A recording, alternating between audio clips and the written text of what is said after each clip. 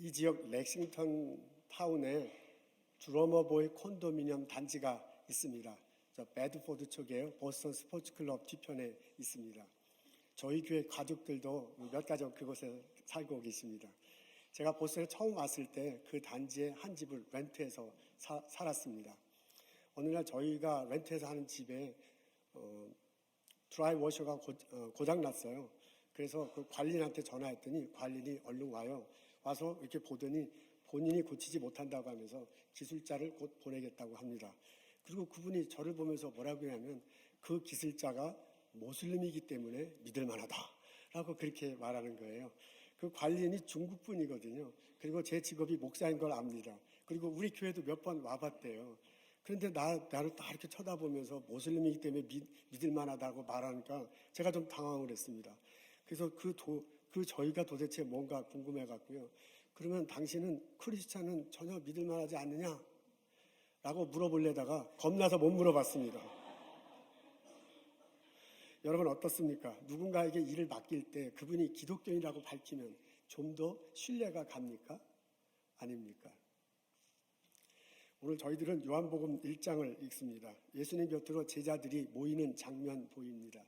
어느 날 세례 요한과 따르는 사람들이 있는 곳에 예수님이 다가왔어요. 세례 요한이 예수님을 향해 말합니다. 보라, 하나님의 어린 양이로다. 같이 있었던 사람들 중에 두 사람이 그 소리를 듣고 예수님을 따라갑니다. 그리고 예수님한테 물어봤대요. 어디에 기거하십니까? 예수님이 대답하십니다. 와서 보라. 이래서요, 그 두 사람이, 원래 세례 요한과 같이 있었던 두 사람이 와서 보라 라고 하니까 예수님이 기거하는 곳에 가서 보았던 듯 합니다. 39절입니다. 우리 다 같이 앞에 있는데요. 다 같이 읽겠습니다. 시작. 그들이 가서 계신 데를 보고 그날 함께 거하니 그랬습니다. 그날 함께 거했다고 그랬는데 얼마 동안 몇 시간 있는지는 잘 모르지만은 예수님이 있는 곳에 가서 예수님께 함께 거했습니다. 그러고 난 다음에 그 둘 중에 한 사람 이름이 안드레인데 안드레가 집으로 돌아가요. 그리고 자기 형에게 말해요. 우리가 메시아를 만났다 하고서요. 그 형을 초청해서 당신도 같이 가자라고 말을 합니다. 그래서 형이 예수님 앞에 와요. 예수님이 그 형을 보고 웰컴하잖아요. 환영합니다. 그리고 그를 제자로 삼습니다. 그 형 이름이 시몬 베드로다라고 오늘 본문에 적혀져 있습니다. 이 에피소드의 키워드는 보았다, 보고라는 그런 단어입니다. 두 사람이 예수님에게 던진 첫 질문이 참 의외예요. 어디에 사십니까? 라고 장소를, 집을 물어봤습니다. 그랬더니 예수님께서 와서 봐라. 내가 사는지 보여줄게. 내가 사는 장소를 어딘지 알려줄게 하고 초청을 합니다. 그래서 두 사람이 실제로 그 장소에 가서 실제로 그가 머무는 곳을 보았습니다. 반나절 있었는지 아니면 하룻밤을 있었는지는 잘 명확하진 않아요. 예수님과 그 장소에 같이 있고 난 다음에 뭔가를 봤어요. 그러고 나서 이 두 사람이 이 사람이 메시아라는 것을 뭔가를 보고 이 사람이 메시아라는 것을 알게 됐습니다. 그래서 그 중에 한 사람인 안드레가 형한테 가서 메시아를 봤다, 메시아를 만났다 라고 말하는 장면 여기서 볼 수 있습니다. 변화가 있는데요. 그 변화를 일으키는 중요한 단서가 뭐냐면 봤다는 거예요. 뭔가를 보고 이분이 메시아인지 몰랐는데 메시아인지 알고 사람들을 초청하는 장면입니다. 그렇다면 우리는 궁금해집니다. 이 두 사람이 본 것이 무엇인가? 무엇을 보았기에 이 사람이 이렇게 변하게 되었는가? 사실 이 질문에 대한 정확한 답을 하기는 어렵습니다. 왜냐하면 정보가 많이 있지 않기 때문에 그렇습니다. 그 사람들이 본 것이 예수님이 사는 집이었을까? 아마 그럴 수도 있을 것입니다. 근데 아마 그럴 확률은 높지 않습니다. 나중에 예수님이 사람들에게 말씀하실 때 보면 여우도 굴이 있고 새도 둥지가 있는데 거할 것이 있는데 나는 머리 둘 것도 없다라고 말한 적이 있습니다. 그런 적으로 볼 때 예수님이 집이 있으셔서 이 두 사람한테 집을 보여주었을 거다. 그렇게 상상하기는 참 쉽지 않습니다. 병 고치는 장면을 보았을까? 말씀 전하는 장면을 보았을까? 아니면 유대교 지도자들과 논쟁하는 장면을 보았을까? 그럴 수도 있을 것입니다. 근데 복음서에 보면 예수님이 병을 고쳤을 때 예수님이 말씀을 전한 그 내용들이 유대교 지도자들과 논쟁하는 장면들이 복음서에 자세히 이렇게 나와 있습니다. 그렇다고 보면 만일 이때 두 사람이 그 논쟁하는 걸 봤다면, 예수님이 말씀 전하는 걸 봤다면 그게 기록되어 있을 텐데 기록되어 있지 않습니다. 그런 점에서 볼 때 아마 그런 것도 아니지 않았을까라는 생각이 듭니다. 예수님 주변에 있는 사람들을 보았을까라고 그렇게 추측할 수도 있습니다. 그럴 수도 있지만 또 아닐 확률도 굉장히 높습니다. 예수님이 사역을 시작하면서부터는 가족들과 함께 이렇게 같이 지낸 것 같지 않습니다. 어느 날 가족들이 찾아와서 혹시 이 사람이 정신 나간 것이 아닌가 막 두려워해가지고 예수님을 집으로 데려가려고 하는 장면 뒤에 나중에 보면 나오잖아요. 예수님 이때 제자들과 같이 있었을까? 그러지도 쉽지 않았을 것입니다. 왜냐하면 지금은 제자들을 리크루트하는 그런 단계이기 때문에 주변에 제자들은 없었을 것입니다. 그러니까 주변에 제자들도 없었을 것이고 주변에 식구들도 없었을 것입니다. 그런데 두 사람이 무언가 그 장소에서 뭔가를 봤기 때문에 심경의 변화가 일어난 것이거든요. 도대체 무엇을 보았을까 궁금해집니다. 그 두 사람은 예수님의 삶을 보았을 것입니다. 우리는 그렇게 추측할 수 있습니다. 우리 39절 있는데 다시 한번 읽도록 하죠. 시작. 그들이 가서 우리 다 같이 읽겠습니다. 시작. 그들이 가서 계신 데를 보고 그날 함께 가는. 두 사람이 뭔가를 봤습니다. 근데 보았다라는 그 동사 앞에 계신 데를 이렇게 적혀져 있는데요. 장소로 나와 있네요. 영어로 보니까 they went and saw, they saw 뭔가를 봤는데 where he was staying. 그 사람이 기거하는 곳을 보았습니다. 근데 여우도 굴이 있고 새도 둥지가 있는데 나는 그 장소라는 게 보나마나 여우 굴보다도 못했을 것이고 새 둥지보다도 못했을 그럴 것이었습니다. 우리식으로 생각하면 집도 아니었을 것입니다. 사실 예수님이 사역을 하시기 전에는 40일 동안 금식 기도했잖아요. 금식 기도하고 난 다음에 이제 막 왔을 그런 확률도 굉장히 높은데 이게 시간을 정확히 이렇게 말하기는 어렵지만 그럴 때는 무슨 우리가 생각하는 그런 집이 아니었을 것입니다. 누군가 집에 초청을 받아갔을 때 집에서 볼 것이 많으면 이게 뭐냐 저거 뭐냐 궁금하지만은 볼 것이 없으면 그냥 사람을 그 집주인을 보고요. 그 집주인을 보고 그 집주인과 이야기하기 마련입니다. 아마 이 사람들도 계신 데를 보았다고 그러는데 집을 볼 만한 그런 것은 없었을 것입니다. 보았다라고 말하고 그 다음에 그날 함께 거했다 이렇게 적혀져 있네요. They spent that day with him 이렇게 적혀 있어요. 보고 난 다음에 그 장소에서 예수님과 하루를 이렇게 지내고 있었습니다. 그렇다면 이 사람들이요 집 별로 볼 곳이 없었을 거라고요. 그냥 기거한 주인은 예수님만 봤을 건데 예수님만 보고 그냥 가만히 있었겠습니까? 그 예수님과 함께 무언가 대화를 나눴을 거예요. 그러니까 가서 보긴 봤는데 장소보다는 주변의 사람보다는 예수님을 보고 예수님과 대화를 나누었을 것입니다. 그렇다면 우리가 일반적으로 추측할 때 누구를 이렇게 쳐다보고 그분과 대화를 나누면 그 사람으로부터 느껴지는 게 있습니다. 그 사람의 인품, 그 사람의 성품, 뭔가 그 사람으로부터 흘러나오는 무언가를 느끼게 마련해요. 그게 일반적으로 우리 사람들이 그렇잖아요. 그러니까 이 두 사람도 예수님이 기거하는 곳에 가서 예수님을 보고 예수님과 대화를 나눌 때 무언가 예수님 자체로부터 나오는 어떤 것을 느꼈을 것입니다. 그게 예수님의 인품이었을 것이고 그것이 예수님의 성품이었을 것입니다. 이 에피소드 바로 전에는 우리가 지난주에 읽은 곳에 보면 세례 요한이 예수님을 보고 이분은 하나님의 아들이다. 이분은 어린 양이다 라고 말하는 장면 봅니다. 그래서 그 세례 요한이 뭐라고 하냐면 내가 이분이 하나님의 아들인 것을 어떻게 알았냐 라는 그 설명하는 장면이 나옵니다. 하나님이 어느 날 세례 요한을 불러요. 그리고 성령이 비둘기같이 임하는 사람을 볼 텐데 그 사람이 바로 하나님의 아들이다 라고 그렇게 하나님이 말씀해 주세요.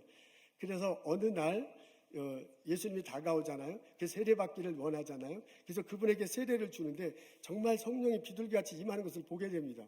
그래서 세례요한이 그걸 보게 돼요. 하나님이 말씀하신 대로 보고 이 사람이 하나님의 아들이구나 라고 그렇게 알게 됐어요.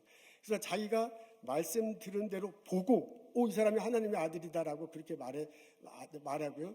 주변 사람들한테 내가 봤다. 성령이 임하는 것을. 그리고 이 사람은 하나님의 아들이다라고 그렇게 말을 했습니다. 그렇다면은 이 두 제자들도요. 예수님을 볼 때 예수님과 나누면서 느끼는 뭔가가 있어. 그 인품에서 흘러나오는 것이 있어. 그 성품에서 나오는 것이 있는데 그게 성령과 연관된 성령에 묻어서 나오는 그 어떤 것을 보았을 것입니다.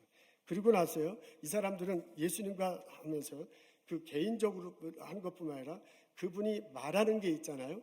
그분이 말하는 내용에서부터 이분이 어떤 생각을 갖고 있는지, 이분이 어떤 삶을 살려고 하는지, 이분이 어떤 계획을 갖고 있는지 알 수 있습니다. 그게 우리가 일반적으로 상식선에서 그렇습니다.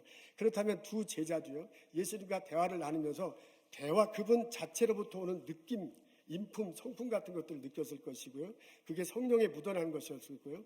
그리고 그분의 생각을 말할 때서 이분이 어떤 계획을 갖고 있고 이분이 어떤 일을 하게 될 것인가를 알게 됨으로써 그분의 삶 자체를 볼 수 있게 되었을 것입니다. 이 사람 하게 되었습니다. 사실 두 제자가 보고 이분이 메시아다라고 얘기했는데 무엇을 보았는지는 잘 모릅니다. 그러나 앞뒤 상황을 볼 때 그리고 세례 요한이 말한 것들을 볼 때 이 두 사람이 본 것은 예수님의 인품이에요. 예수님의 성품이에요. 이 두 사람이 본 것은 예수님의 삶이에요. 예수님이 어떻게 살아갈 것인가 삶 그 자체 그것을 보고 이 사람이 메시아구나. 이 사람이 하나님의 아들이구나. 이분이 우리들의 구세주구나 라고 느끼고 고백하고 다른 사람들에게 말하기 시작했을 것이다. 그 말입니다. 나중에 안드레가 형을 찾아갑니다. 우리가 메시아를 만났다. 당신도 와서 보자.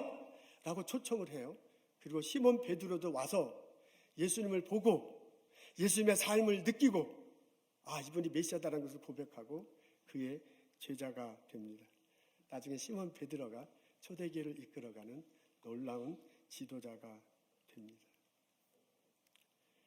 예수님 오신 후에 최초의 전도는 예수님의 성품 그 자체에서 예수님의 삶 그 자체에서 나왔다는 것을 알 수 있습니다.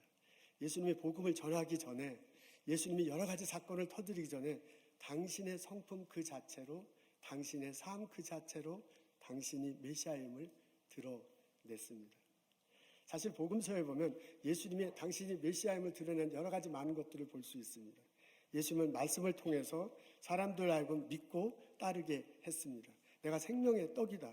나에게 오는 자는 결코 줄이지 않을 것이다. 라고 말하면서 예수님을 믿도록 초청하는 장면 우리 볼 수 있습니다.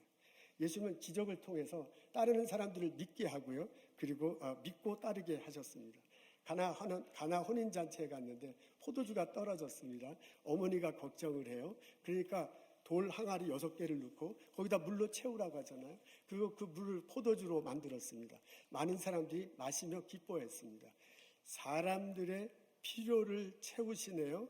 사람들이 필요할 때 기적을 일으키면서 당신이 메시아임을 보여주시고 사람들로 하여금 믿게 했습니다. 예수님은 논쟁을 통해서요. 따르는 사람들을 믿게 하고 따르게 하시기도 했습니다. 6월절 가까이 됐을 때 성전에 들어가시잖아요. 성전에 갔더니 막 장사하시는 분들이 여러 가지 를 놓고 있습니다. 소, 양, 비둘기 이런 것들을 막 이렇게 팔고요. 돈 바꾸는 사람들 돈 바꿔주고요. 성전이 막 난장판이에요. 그때 예수님이 하신 거 아시죠? 그걸 막 다 뒤집어 엎으면서 이 집은 내가 기도하는 집이다 라고 그렇게 말씀하십니다. 그렇게 논쟁을 하면서 그런 가운데 예수님이 메시아임을 드러내고 사람들로 하여금 믿게 하고 따르게도 하셨습니다. 예수님은 대화를 통해서 사람들로 하여금 믿게 하고 따르게 하시기도 하셨습니다. 우물가에 갔습니다. 목이 말라요. 갔더니 사마리아 여인이 다가오잖아요. 그에게 물을 달라고 요청합니다. 사마리아 여인이 깜짝 놀라서 우리 상종도 안 하는 사람인데 어떻게 이 사람이 물을 달라 하는가. 그러면서 대화가 시작됩니다. 그 사람이 가정에 여러 가지 어려움이 있는 거 알고서 예수님이 그걸로 대화를 합니다. 나중에 그 여인이 예배를 여기서 드려야 합니까? 예루살렘에 드려야 됩니까? 그렇게 서로 말을 하잖아요. 여러분 보세요. 전혀 다가갈 수 없는 사람한테 예수님이 다가가요. 그 사람의 삶의 문제를 대화를 나눠요. 그 사람의 신앙적인 문제를 대화를 나눠요. 그러고 난 다음에 이 여인이 그러잖아요. 동네 사람들한테 가서 나 메시아 왔다 그런 얘기를 해요. 그러니까 대화를 통해서, 대화하지 않을 사람이 대화함을 통해서, 그 사람의 삶의 문제를 놓고 대화함을 통해서, 그 사람의 신앙의 문제를 통하면서 이 사람이 예수님 느껴지는 게 있는 거야. 예수님으로부터. 그러면서 예수를 고백하게 하기도 합니다. 예수님은 당신의 온몸을 통해서 사람들을 하여금 믿게 하고 그리고 따르게 하시기도 하셨습니다. 십자가와 부활 사건이 그렇잖아요. 어느 날 유대교 지도자들이 보낸 종들이 와서 예수님을 잡아가요. 그리고 빌라도 앞에 재판을 받게 해요. 죄도 없는데 재판받고 십자가형에 처합니다. 돌아가셔요. 사흘 만에 부활하세요. 그리고 우리들에게 나타나시고 천국에 가셨습니다. 그분이 몸으로 죽고 사셨죠. 그래서 우리 죄 용서하심을 보여주셨죠. 우리에게 의로운 길을 열어주심을 보셨죠. 우리에게 천국의 소망을 가도록 길을 열어주셨어요. 당신 몸으로 죽고 살면서 그런 것들을 보여주신 거야. 그런 과정을 통해서 사람들을 하여금 믿게 하고 그런 과정을 통해서 사람들을 따르게 하셨습니다. 예수님은요, 다양한 방법, 다양한 경로를 통해서 당신이 메시아임을, 당신이 하나님의 아들임을 이렇게 드러내시고 사람들 하여금 믿게 하셨습니다. 사람들로 하여금 따르게 하셨습니다. 이런 모든 것들이 의미가 있습니다. 아멘. 그래서 우리가 예수를 믿게 된 것입니다. 근데 이런 많은 방법들을 사용하셨는데 이런 다양한 방법들을 사용하기 전에 가장 먼저 사용한 방법이 무엇냐라는 걸 질문이에요. 그렇게 놓고 볼 때 예수님이 성품 그 자체로, 예수님이 삶 그 자체로 당신이 메시아임을 드러내시고 당신이 하나님의 아들이심을 보여주시고 그런 과정을 통해서 사람들을 믿게 하셨다는 것, 그 말입니다. 예수님이 여러 가지 방법을 통해서 하나님 나라를 전하고 예수님을 믿게 했지만은 가장 먼저 한 것이 무엇이냐? 그런 점에서 가장 베이직한 것이 무엇이냐라고 묻는다면 예수님이 당신의 존재 그 자체로 성품으로 드러내시고 예수님이 삶 그 자체로 드러내시면서 예수님 스스로를 전했다는 것, 그것이 중요하다 그 말입니다. 예수님 오신 후 최초의 전도는 예수님의 존재 그 자체, 예수님의 삶 그 자체를 드러내면서 하신 방법입니다. 이렇게 예수님이 보여준 인품 그것이 중요하다, 예수님의 삶 그것이 중요하다라고 정돈한다면 이것이 우리들에게 던져주는 많은 가르침을 받을 수 있습니다. 우리는 예수를 그리스도로 고백합니다. 그래서 주일날 교회 나와서 이렇게 예배드리고 신앙생활합니다. 그러면 나가 예수를 믿는다라고 그러면 나는 나의 인품에서, 나의 성품에서 그리스도의 향기가 느껴지는가, 맡아지는가? 내가 예수를 믿고 성령학교에 나와서 예배드리는데 나의 삶 속에서 그리스도가 드러나는가? 라는 질문을 우리 스스로 해볼 수 있다 그 말입니다. 조성돈 교수라는 분이 있대요. 한국의 실천신학대학원 대학교 교수입니다. 이분이 한국교회 신뢰도 체크라는 그런 글을 썼습니다. 2018년 3월 18일자에 나온 글입니다. 그래서 그분이 발표한 것을 읽어보니까 이런 앞에 요약한 표가 있는데 한번 보시죠. 저런 걸 이렇게 표시해놨더라고요. 근데 글자가 작아서 잘 안 보일 텐데 하여간 이런 거예요. 교회 한국 얘기인데 한국에 교회 다니지 않는 사람들이 교회 다니는 사람들을 얼마나 신뢰하는가. 그게 이제 조사한 겁니다. 한국 교회 자체를 얼마나 신뢰하나, 목회자를 얼마나 신뢰하나, 기독교인들을 얼마나 신뢰하느냐. 그게 이제 질문입니다. 그 맨 위에, 글자가 잘 안 보이겠지만은 맨 위에 있는 게 신뢰한다는 거고요. 중간에 있는 게 뭐 덜 신뢰하기도 하고 안 한다는 거고요. 맨 밑에는 신뢰하지 못한다 그런 겁니다. 근데 항목은 다르지만은 거의 비슷합니다. 기독교인으로 예를 들어볼게요. 한국에서 기독교인이 아닌 사람, 한국에서 교회를 다니지 않는 사람이 기독교인들을 얼마나 신뢰하냐라고 물어보니까 대충 20%의 사람들이 기독교인 신뢰할 만해 라고 그렇게 대답했다는 내용입니다. 그리고 대충 30%의 사람들이 뭐 기독교인이라고 뭐 특별히 그러겠어, 뭐 신뢰할 수도 있고 아닐 수도 있고 라고 대답을 했답니다.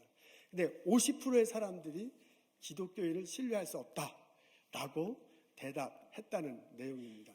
어이구, 어떻게 이런 일이 벌어진가 깜짝 놀랄 내용입니다. 저건 한국 얘기고, 그렇다면 미국은 어떤가 하고 제가 자료를 조사해 봤습니다. 미국에서 예수 믿지 않는 사람들이 예수 믿는 사람들을 얼마나 신뢰하는가라고 이렇게 질문을 던지면서 조사를 해봤더니요, 그런 것에 대한 조사는 없더라고요. 근데 나온 데에 보니까 바나 리서치라고 기독교 계통이 아주 널리 알려진 연구소입니다. 근데 바나 리서치에서 2016년도에 미국 사람들 중에 기독교인 퍼센티지가 얼마인가 그거를 조사한 건 있는데, 놀랍게도 76%에 해당하는 사람들이 해당하는 사람이 나는 기독교인이다라고 이렇게 아이덴티파이 한대요. 그건 생각보다 굉장히 높은 수치인데요. 그러다 보니까 미국에서는 교회 안 다니는 사람이 교회 다니는 사람들을 얼마나 신뢰하는가, 그런 조사는 아마 별 의미가 없는가 봐요. 그래서 그런 조사를 안 한 듯합니다. 근데 이건 있더라고요. 목회자에 대한 신뢰도 조사는 있더라고요. 그러니까 교회를 다니는 사람과 교회를 다니지 않는 사람이 목사를 얼마나 신뢰하는가라는 그런 질문입니다. 근데 놀랍게도 성직자에 대한 신뢰도가 아주 낮습니다. 여러분, 저기 빨간 표시 이렇게 쭉 되어 있는데, 이 밑에 내려가 보면 클러지하고 영어로 쓰인 게 있는데요. 교회 다니는 사람들 중에 48%가 목회자를 신뢰한대요. 교회 다니지 않는 사람들은 25%가 목회자를 신뢰한다는 겁니다. 아이고야, 이거 어떻게 하나. 근데 그 25%가 은행에 가면 볼 수 있는 그 점원들 있잖아요. 뱅크 텔러. 그분들도 25%예요. 그러니까 뭐 직업의 귀천을 말하고자 하는 게 아니고, 하여간 이 목회자의 신뢰도가 이렇게 낮은가 참 가슴 아픕니다. 이제 의사분들, 약사분들 신뢰도가 아주 굉장히 높으네요. 그것에 비해서 목회자의 신뢰도가 상당히 참 낮습니다. 제가 미국에 산 지 한 33년 됐는데, 사람들이 나한테 너 뭐 하냐라고 물어보면 자신 있게 나 목사다라고 이제까지 대답했거든요. 근데 제가 저것을 보고 앞으로는 어떻게 대답해야 될지 참 어떻게 해야 될지 모르겠습니다. 제 아들 이름이 요셉인데 누가 나중에 물어보면 나 요셉 아빠다 이렇게 대답할까 생각하는 중입니다. 우리들의 처참한 성적표를 보는 듯해서 안타깝습니다. 미국에서 교회 다니지 않는 사람들이 교회 다니는 사람들을 얼마나 신뢰하는가라는 조사는 없지만, 만일 조사했으면 그 신뢰도가 높을까 낮을까? 아마도 그리 높지는 않지 않을까 생각합니다. 그래서 더욱 안타깝습니다. 초대교회 모습은 전혀 이렇지 않았습니다. 예수 그리스도 예수님 하늘로 승차하시고 난 다음에 제자들이 복음을 증거하잖아요. 십자가 달시고 부활하신 예수를 믿음으로써 구원 얻는다고 전합니다. 이래서 많은 사람들이 예수 모여요. 이 사람들이 공동체를 형성해요. 그리고 자기 재산을 나누고 함께 살았습니다. 그때 이것을 보고 주변에 있는 사람들이 온 백성으로부터 칭송받았다라고 그렇게 적혀져 있어요. 사람들이 막 칭찬해. 예수 믿는 사람들 확실히 다르구나. 그래서 날마다 구원 얻는 자들이 더해졌다라고 사도행전에 적혀져 있습니다. 사도행전 중간에 보면 안디옥 교회가 서가는 장면도 나옵니다.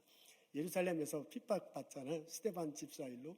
그래서 예루살렘에 있었던 교인들이 흩어지기 시작합니다. 그중에 몇 사람들이 안디옥에 와서요, 복음을 증거해요.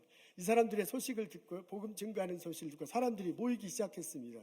그래서 교회가 형성됐어요. 이 소식을 예루살렘 교회에서 듣습니다. 그래서 예루살렘 교회에서 바나바를 파송해요. 그래서 바나바가 갔더니 하나님의 은혜가 있더라. 성경에 나와 있죠. 하나님의 은혜가 안디옥에서 모인 공동체에 하나님의 은혜가 있더라라고 그렇게 적혀져 있어요. 그래서 이 바나바가 흥분해가지고 이게 그냥 몇 사람 모인 게 아니구나. 하나님 은혜가 함께 하셔서 이런 놀라운 일이 벌어지는구나 해서 거기서 그냥 주저앉아서 담임 목회를 합니다. 그러면서 여러분 믿음 안에 굳건히 서십시오 라고 했더니 점점 막 사람이 많이 모여가지고 어떻게 할 수가 없으니까 이거 도저히 혼자 안 되구나. 그래서 찾아간 것이 사울이잖아요. 사울한테 와서 우리 같이 합시다. 그래서 이렇게 보니까 본인은 막 열심히 선교할 것 같고 사울이 나중에 바울은 성경 공부를 막 열심히 한 것 같아. 둘 다 막 했겠지만은 앞뒤 정황을 볼 때 그래요. 그러면서 사람들이 막 점점 많아져요. 그때 예루살렘 지역에 흉년이 듭니다. 그래서 예루살렘 교회 공동체가 먹고 살 길이 없어갖고 막 난리가 났어요. 그래서 안디옥에 있는 교인들이 헌금했다. 그리고 그것을 도와줬다라는 대목이 나옵니다. 그것을 보고 이웃 사람들이 뭐라고 하냐면, 오, 쟤네들은 그리스도인이구나. 그러니까 그리스도, 예수를 따르는 사람들이구나. 근데 처음으로 크리스찬, 그리스도라는 단어가 사용되기 시작했습니다. 초대 교인들은 주변 사람들로부터 칭송을 받았습니다. 초대 교인들은 예수 믿는 사람들이 확실히 다르구나. 지금 우리식으로 얘기하자면 예수 믿지 않는 사람들이 예수 믿는 사람들은 신뢰할 만하구나. 일을 맡길 수 있는 사람이구나. 라고 인식했다는 그런 것입니다. 이런 모습이 우리들에게도 모였으면 참 좋겠습니다. 예수 믿는 나의 인품을 통해서 그리스도의 향기가 전해지고, 예수 믿는 나의 삶을 통해서 예수가 드러나고, 예수 믿는 사람들이 이 공동체를 통해서 예수님이 전해지는 모습이 우리들의 모습이었으면 참 좋겠습니다. 그래서 누군가가 나의 성품을 봐요. 그래서 누군가가 나의 삶을 봐요. 누군가가 우리 예수 믿는 사람들의 공동체에서 보고, 쟤네들은 진짜 다르구나. 와서 봅시다. 가서 봅시다. 쟤네들은 신뢰할 만한 사람들입니다. 라는 소리를 들었으면 참으로 좋겠습니다. 우리가 예수를 그리스도로 고백할 때 성령이 우리에 임하신다고 믿습니다. 성령이 내 안에 임하시면 그 성령이 나에게 풍성히 거하기 때문에 성령의 열매가 내 행동 속에 드러날 것입니다. 내 인품을 덮어주고, 내 인품을 깎아주고, 내 인품을 새로 만들어서 그리스도의 성품이 드러나도록 그렇게 할 것입니다.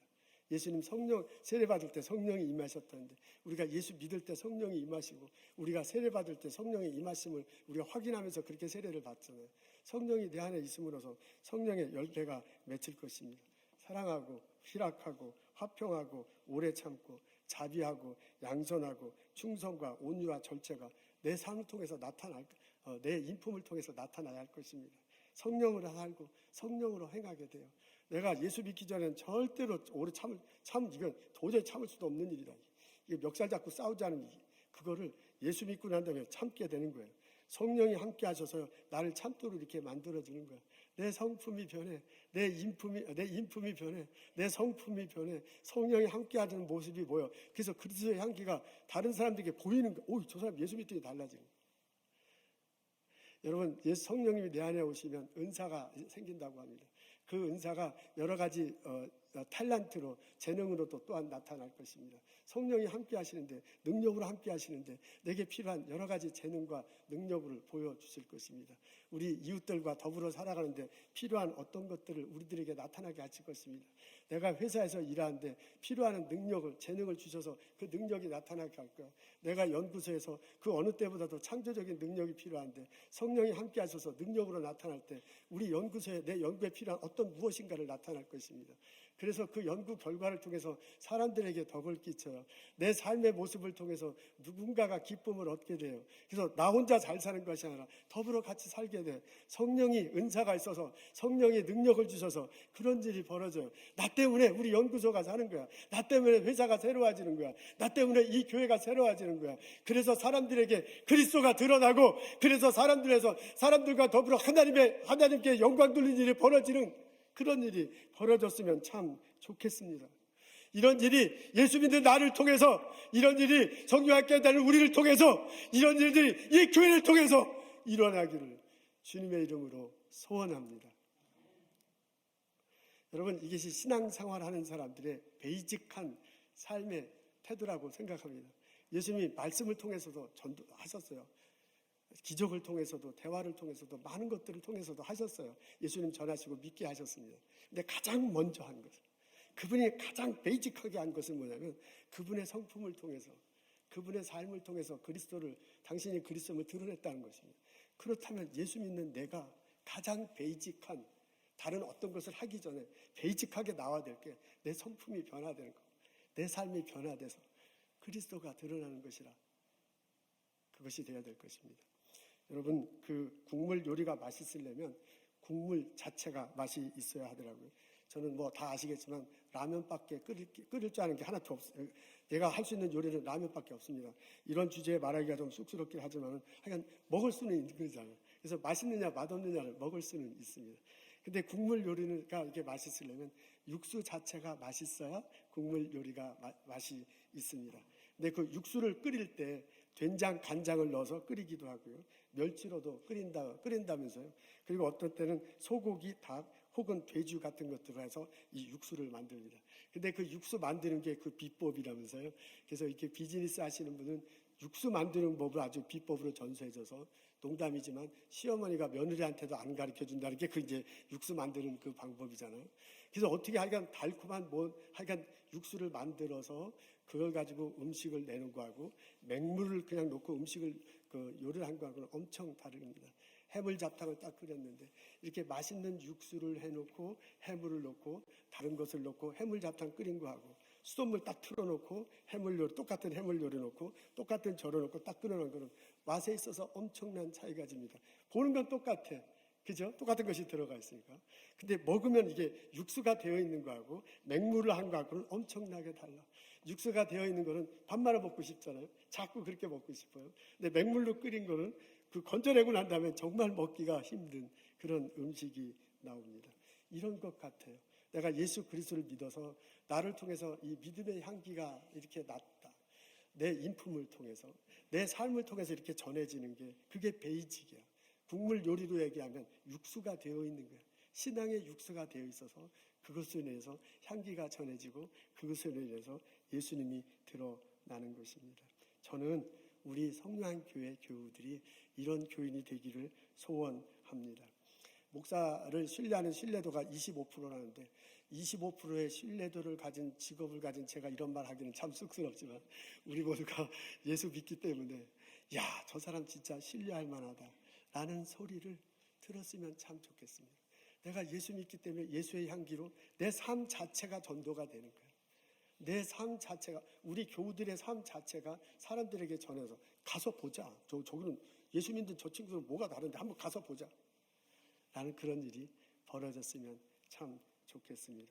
저 사람 예수 믿는다던데 확실히 다르구나. 같은 직원인데도요, 저 사람 교회 다닌다는 확실히 다르구나. 저 연구원이 말하는 것은 믿을만해.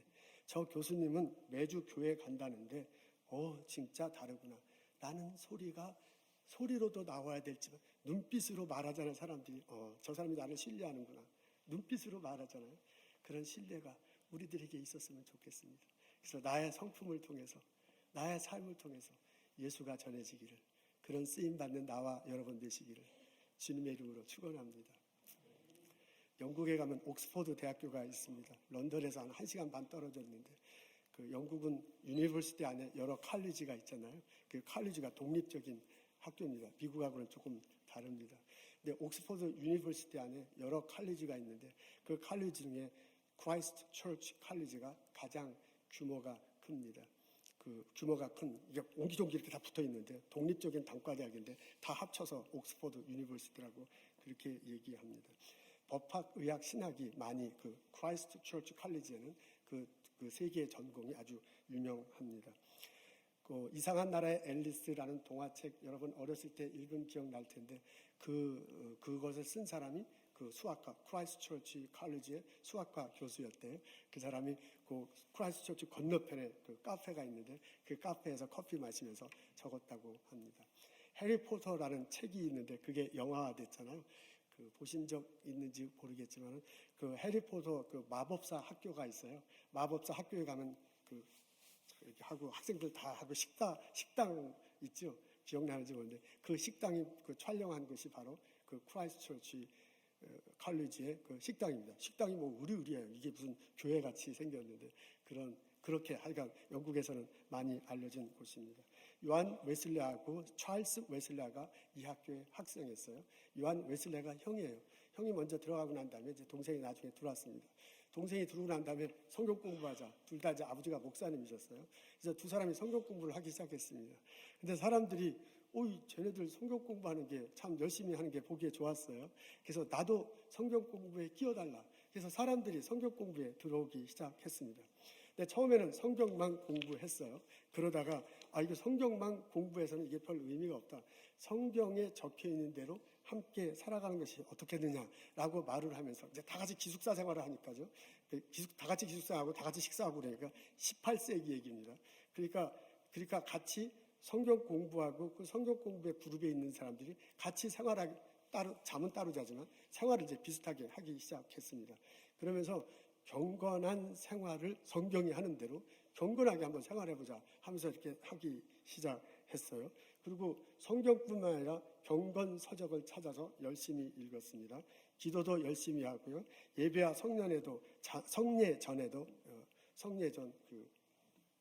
성만찬에도 자주 참석했습니다. 그리고 난 다음에요. 실천을 해야지 이게 성경 공부만 해서는 아무 의미가 없다 해서요. 감옥소도 방문하고 그리고 병원도 방문해서 환자들을 위로하기도 했습니다. 빈민가 아이들에게 가르쳐줬죠. 영국에서 이제 가장 좋은 학교죠. 그리고 노인들을 돌보는 활동도 했습니다. 나중에 그 형 요한 웨슬라가 크라이스트 처치 칼리지를 졸업하고요. 그 같은 유니버시티 내에 링컨 칼리지라고 있는데 그 학교 교수가 됐어요.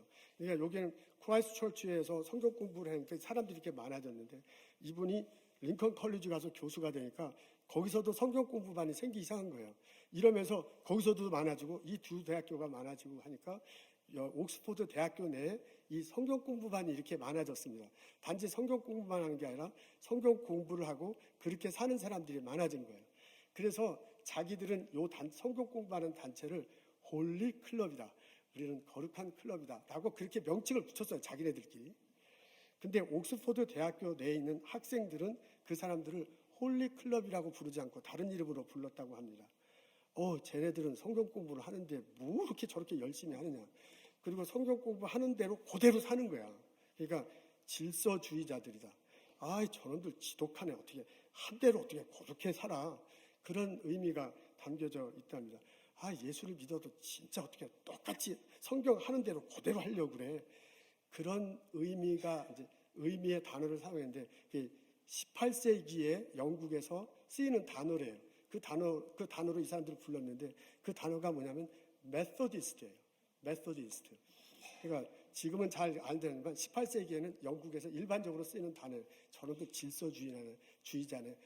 지독한 놈들. 어떻게 성경이 가르친 대로 그대로 살아. 하면서 약간의 조롱이 담긴 단어입니다. 메소디스트. 그래서 이 그룹들이 나중에 운동이 되고 메소디스트 처치, 감리 교회가 되었습니다. 우리 신앙의 선조들은 어떻게 하면 성경이 말하는 대로 살까? 굉장히 애를 썼습니다. 그래서 자신의 성품이 성경이 말한 대로 변화되기를 무척 애를 썼습니다. 자신의 삶이 성경대로 살기로 무진장 애를 썼어요. 그래서 사람들한테 약간 조롱을 받기도 했어요. 저런 규칙주의자들, 저런들 아주 지독한 놈들이야. 메소디스트야. 그러니까 18세기의 단어예요. 그런 사람을 하다가 삶을 살게 됐습니다. 오늘을 사는 우리들에게도 이런 모습이 보여지기를 원합니다. 예수님은 사역을 시작하기 전에 당신의 인품을 통해서 예수님은 사역을 시작하기 전에 당신의 삶을 통해서 예수 그리스도를 드러냈습니다. 나의 삶을 통해서도 그리스도의 향기가 전해지고 나의 인품을 통해서 그리스도의 향기가 전해지고 나의 삶을 통해서 그리스도가 드러나는 나와 여러분 되시기를 주님의 이름으로 축원합니다. 기도하겠습니다. 하나님, 주님 전에 불러주셔서 감사합니다. 하나님 말씀 읽게 해주셔서 감사합니다. 신앙의 선조들이 말씀을 붙들고 얼마나 발부둥치며 살려고 애썼는지 듣게 해주셔서 감사합니다. 성령 안에서 변화되는 내가 되게 하옵소서. 나의 인품이 변하고 나의 삶이 변화될 수 있도록 하나님 복을 내려 주옵소서. 나의 인품을 통해서 그리스도의 향기가 전해지고 나의 삶을 통해서 그리스도가 드러나도록 복을 내려 주옵소서. 하나님, 이 시간 주님께서 주신 많은 것 기억하고 감사하는 마음으로 거룩하게 구별할 예물 드립니다. 11조헌금 드립니다. 주정헌금 드립니다. 감사헌금 드립니다. 하나님 지정헌금 드립니다. 하나님께서 받으시고 하나님께서 복을 내려 주옵소서. 이 예물과 함께 마음에 소원을 두고 기도하는 제목들이 있습니다. 하나님 들어 응답하여 주옵소서. 예수님 감사합니다. 예수님 이름으로 기도합니다.